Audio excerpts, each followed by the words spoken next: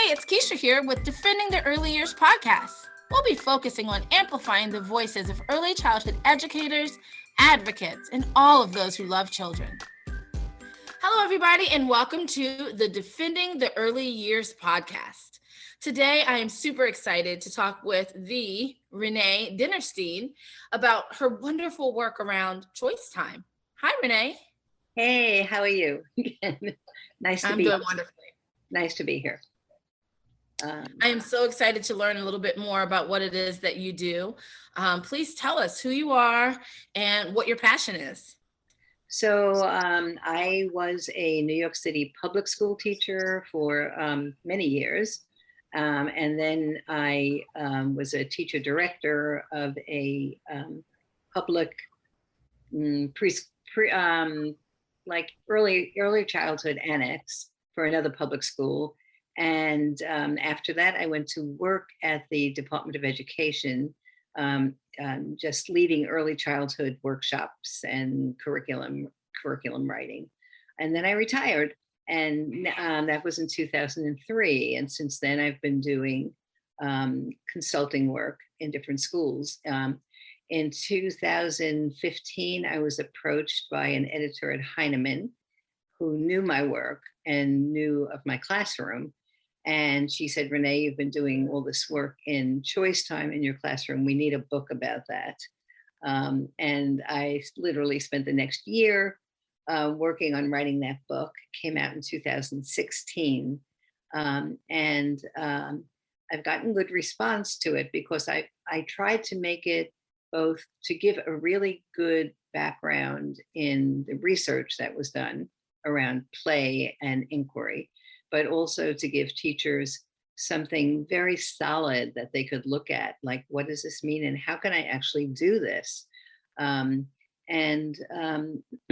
now when I go into schools, as like I've been just started going into a school for the first time, and with working with teachers there.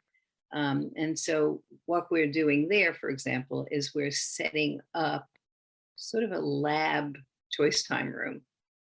And there is a wonderful teacher who's going to be taking groups of children in there so that teachers in the school can see what happens when children are playing, when the environment, we say guided play, and I don't like that word because it sounds so, I don't know, we need a new word for it. But where the play environments or exploration environments are set up by the teacher, and then children choose to go to different areas. But when they're there, the teacher doesn't have anything to really do with what they decide to do in those areas. If the play is up to them. We can come in and we can observe a lot of observation, and we can make some, maybe like ask questions that might bring them to some other level of exploration based on what we're noticing, but it's their decision how they're going to do this exploration. So if that's clear, I don't know. It's very different. Oh, that's absolutely clear. It's absolutely clear. In a lot of classrooms, now I'm mainly working, well, pre-K through second grade mainly, right? And mainly kindergarten, first and second grade, and sometimes pre-K. And what the schools are doing, and a lot of the public schools are doing in kindergarten, first grade, and maybe second grade, is they have what they call literacy centers. And that's confusing the teachers. Like, well, we're doing this, Well, literacy centers, I think they mainly come out of the work of Gay Sue Pinnell, but there might be blocks there might be art materials there might be some kind of game there, but there's a task, all right? There's a task that children have so that teachers can assess how well they're doing these tasks at these literacy centers. And what I say to the teachers is there is no task. There's no task. Sometimes I would challenge children, like, I wonder if you might come up with some new way of exploring these shells in the science center that we've actually never really thought about. Do they do that? Yes, maybe. No, maybe. And it's interesting to see what they ended up doing there. So that's kind of the direction that I'm going in with teachers. And what has been the feedback that you've had from teachers that you've worked with? What are they seeing? What are Yeah, they seeing out of the children? generally, I think very positive. Actually, when I go into classrooms, I often will put the cart before the horse, because I feel like it's so important to have the room set up well so that children can understand what's in these different areas and can be more independent. And that doesn't always happen at the beginning. I just spent a day with three new public school teachers, lovely, lovely teachers. But the rooms were, it didn't make sense, like the blocks were in a place where people would trip over it. The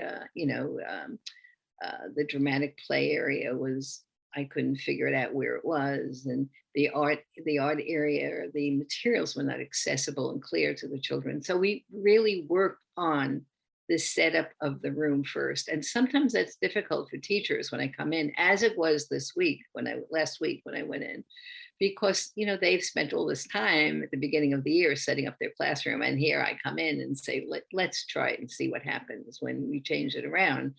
But so when I left the school, I had the feeling that there was a lot of grumbling about me.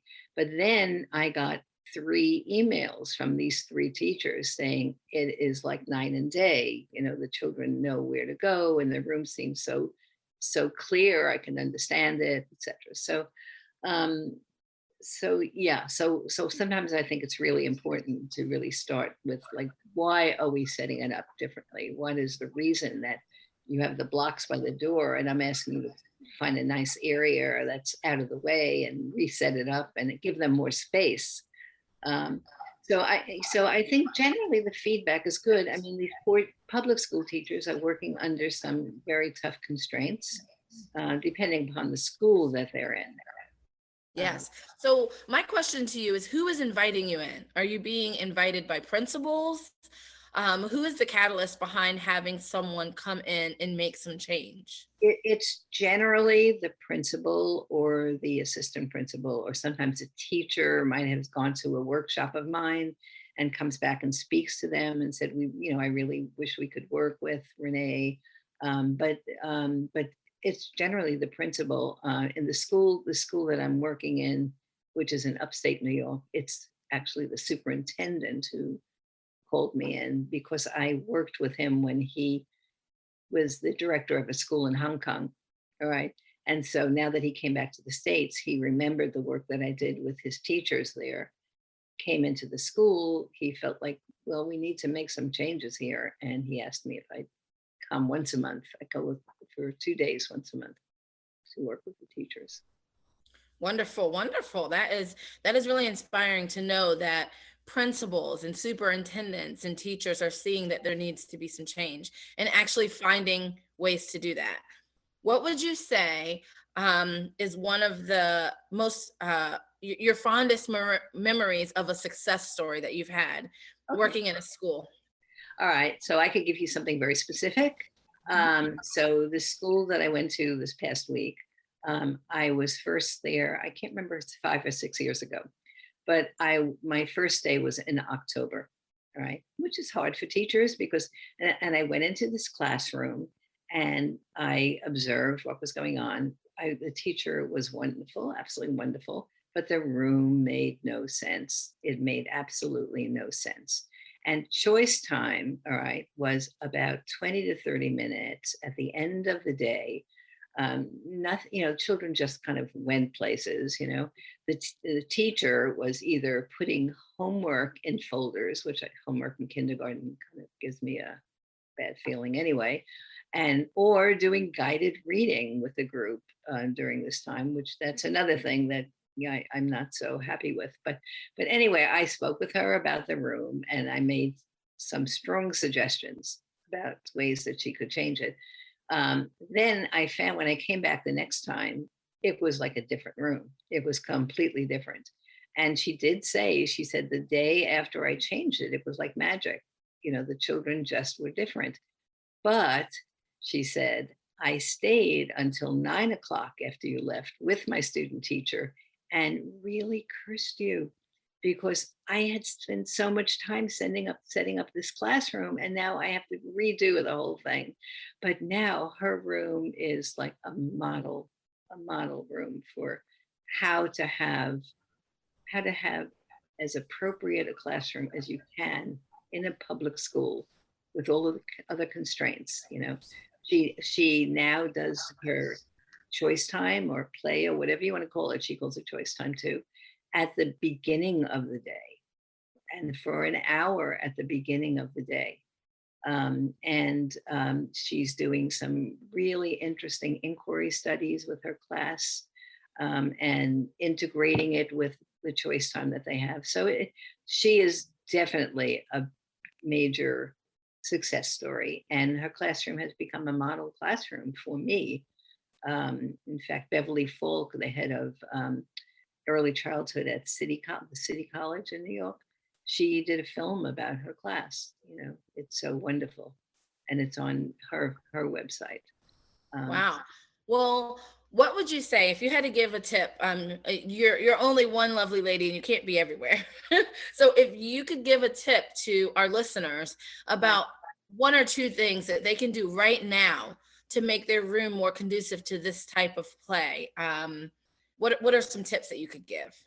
I think, first of all, as I said, to set up the room. And in my book, if they have my book, I'm very, I think, very clear about the way to set up certain centers. I think of the classroom, right, as a laboratory for children, a laboratory for learning, you know.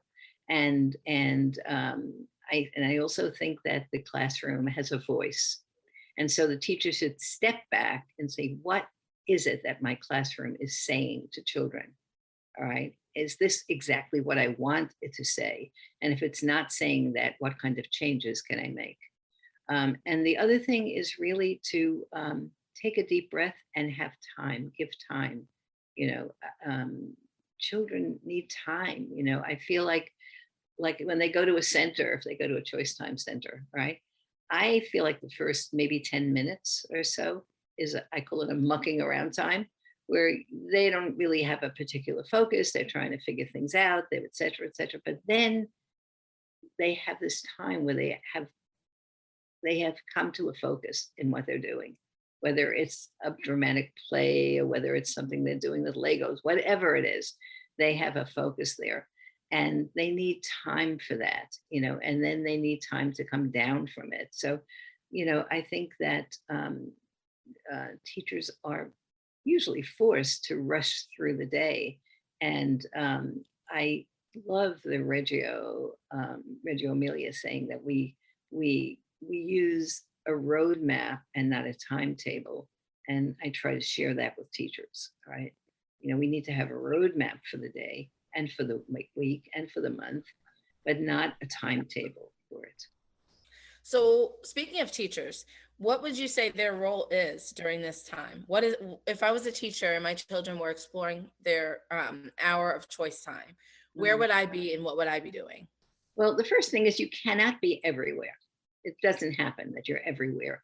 And that's one thing that teachers worry about. Well, if I'm here, like where children are making Play-Doh, then I don't know what's happening in the block area, you know, or I don't know what's happening in the science area. And you can't be everywhere at once. And so you have to like let loose a little bit and say, maybe I want to see how the children are using the Play-Doh, or, you know, I want to see what's actually happening at this table. And so I think it's important to like spend time observing, recording. I mean, when I was in my classroom, we did not have iPhones for recording what's going on. I think it's great, you know, that we can do that. So to take photos, to take videos, to write down things that you're hearing. and then to kind of in some way bring it back to the children. We learn from everything. I've learned from seeing clips of Anji play and how they not just observe, but they bring it back into the classroom. They project, they have the children come up to a projection and we've been doing that, in some of the classrooms I'm working in. And that's wonderful, because it kind of brings things back and it allows children to process what was happening. And also for the other children to learn how to ask questions, to listen and ask questions and to make comments that build on what somebody else said. For me, I know that I learned so much about who the children are through their play. Are you getting any feedback about the relationships being stronger within these classrooms because of this?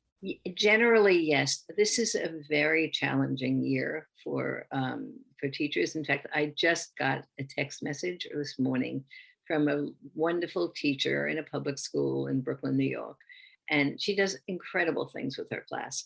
And she said, how can I get a sense of community when children are sitting 3 feet away from somebody else and they can't play together? So it's a very super challenging year for teachers. Unfortunately, I hear too many stories about teachers going home and crying, teachers who have written to me, and wonderful teachers who said, I don't think I can do this anymore. I can't stand what's happening in the classroom. Hopefully this will pass. I'm hoping it will pass, but it definitely, especially in public schools where the teachers are being really wide, they have to measure, that it's at least 3 feet away, etc. So it is definitely a challenge. But so how has that changed the choice time? It has changed it drastically. And the teachers at this point cannot really, and the principal too, quite truthfully, cannot figure out what are we allowed to do based on the CBC instructions. Can 2 children play together? The school that I'm working in upstate New York, they now let the children play together in groups of 2s, for 15 minutes each day, no more, because they said science says that they can only do this for 15 minutes. I don't see the science of that. I don't know, but maybe that's the case. The school nurse has, told them, like, I made some changes when I was there, and then she came and put the veto on it, and they moved things back again. So truthfully, Kisha, I really do feel, aside from feeling that for the children, I feel very sad for the teachers, what they're going through. But I hear you. But I think during normal times, yes, I think the teachers really have given me feedback about the different way that children are learning how to, I want how to play together. One of the things that I said is don't jump into arguments. Mm-hmm. Let them work it out. I mean, if they're going to like physically hurt each other, yeah, go in. But can I give you another story? This was in a first grade classroom, all right? And there was one particular child, it was a challenging class for sure, but there was one particular child who had a history of violence, all right? History of violent actions, all right? But he loved choice time. And they were doing a study of the New York City subway system. And he was working with 3 other boys using a big carton, building a toll booth, as they have in the subway. And they were having an argument. He had a scissor in his hand, all right? And they're arguing, all right? And the teacher said she was ready to jump in, but she heard my voice in her head. So she just waited and waited. And then she heard him say, put the scissor down and say, we've got to stop this argument because otherwise we won't have any chance to play, So, yeah. Yes. And that was the kind of story that I just needed to hear because in my work, that's what I see. I see that when children have that shared goal in play, they are so flexible. They're willing to hear the perspective of another because they have the shared goal of keeping that play going, keeping the learning going, keeping the joy going. Right. They don't know they're learning, but we know they are. Exactly. Oh my gosh, that's wonderful. So I heard you say something about having the play shift from the end of the day to the beginning of the day and having that be a benefit. Can you tell us a little bit why that is a benefit? I think that if we want children to have like a richer, more constructive way of interacting with materials and playing together, we can't leave it to the time. We can't have them do all of this, what I think is inappropriate kind of academic work all day, which is so tiring for children, and really maybe pushes some children in ways that they are not ready to be pushed, and then expect them to really focus at the end of the day. We can't expect that. What I do when I go into a school to work, I speak to the principal first, and I tell the principal that if you want me to work here, there are certain conditions that I put forth. One is that the teachers have enough time to have a really good choice time, and it's got to be like at least 50 minutes. All right, it has to be at least 50 minutes. All right, that's a first condition. The second condition is that their choice time has to be at a prime time during the day. I love having it at the beginning of the day. I understand that all principals will not allow that, but it can't be at the end of the day. Maybe it's the period before lunchtime, the period right after lunchtime, but not at the end of the day. The third condition is that teachers are allowed to bring their children for outdoor play for a good stretch of time. Not just the outdoor play that the children do after lunch, which makes them rush through lunch and not actually eat their lunch because they want to get out to play, but a real time during the day, because I think that teachers learn things that they don't know about children by watching them in the classroom if they watch them playing outdoors. So what I say is, if you don't feel like you can support these three conditions, then I'm not the person who's going to make changes in your school. All right. If you want me to make changes, you need to back me on these three. So that's what limited school. Yes, yes. Right. But it's good that you put that out there in the front, because you're right. There are some parameters that have to happen in order for this wonderful idea to work. Like, you gotta, if you're gonna do it, you have to do it right. I love how the focus is on the environment and changing that, and then watching how the children change because of that environmental shift. I want to hear so much more, and thank you so much for talking to us. Can you please give us an idea of, one, where we can find your book, how we can get in contact with you, and how schools can find you? Because the more schools that know about this work, the better for us all. Well, my book, you could always buy it through Heinemann. Just go to their website, Heinemann Publishers, or Amazon has it. It's called Choice Time. How to, I'm forgetting the name of the book, but it's Choice Time. And I also have a blog, all right, which is investigating choice time. Yep. Inquiry, exploration, and play. It's www.investigatingchoicetime.com. And you can find a lot. I have videos on it. I have classroom projects. I have some things that I'm describing. And this past year, since I wasn't getting into classrooms, I didn't feel like I had the authentic voice to tell teachers what they might be doing. I just didn't feel authentic about it. And so what I ended up doing was a whole series of recorded conversations with different people on different topics that related usually to play. And so that's what I did this past year. And it was fun doing that. I got to speak to people I would not have ordinarily spoken with. Awesome. Thank you. Thank you. Thank you. Thank you so much. I am excited to learn a lot more about choice time and to implement in my classrooms. And hopefully as well, I have a big passion for trickling this up, not just preschool, kindergarten, first grade. I want to trickle it on up to third grade, fourth grade, fifth grade. Why can't we go all the way up? I agree with you wholeheartedly on that. I totally agree with you. And in New York, we have a wonderful congressman, Jamal Bowman. Yes. He really speaks up for that. And that was another episode of the Defending the Early Years podcast. Defending the Early Years works to support the rights and needs of young children nationally. Learn more at DEY.org. Pay us a visit, sign up for our newsletter, or connect with us on social media. Thank you for listening. Bye-bye.